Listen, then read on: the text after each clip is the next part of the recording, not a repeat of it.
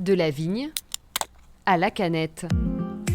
L'idée peut paraître saugrenue, mais Benoît Borderie a décidé de sauter le pas. Au tout début, ça surprend forcément. Au final, l'idée est loin d'être bête et même plutôt intelligente. C'est qu'il faut aller tester, il faut aller voir si ça s'y prête vraiment. À première vue, du bergeracois en canette, ça ne sonne pas très glamour.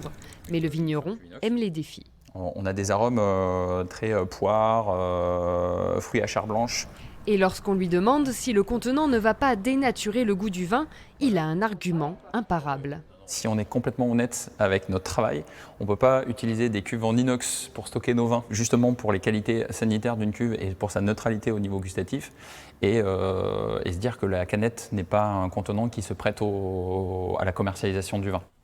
Et même si le Français reste très attaché à sa bouteille, l'essor de la vente à emporter a changé la donne.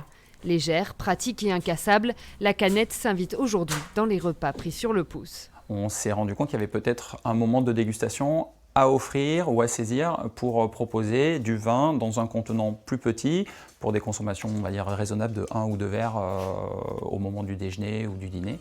Je suis persuadé que la canette s'installera.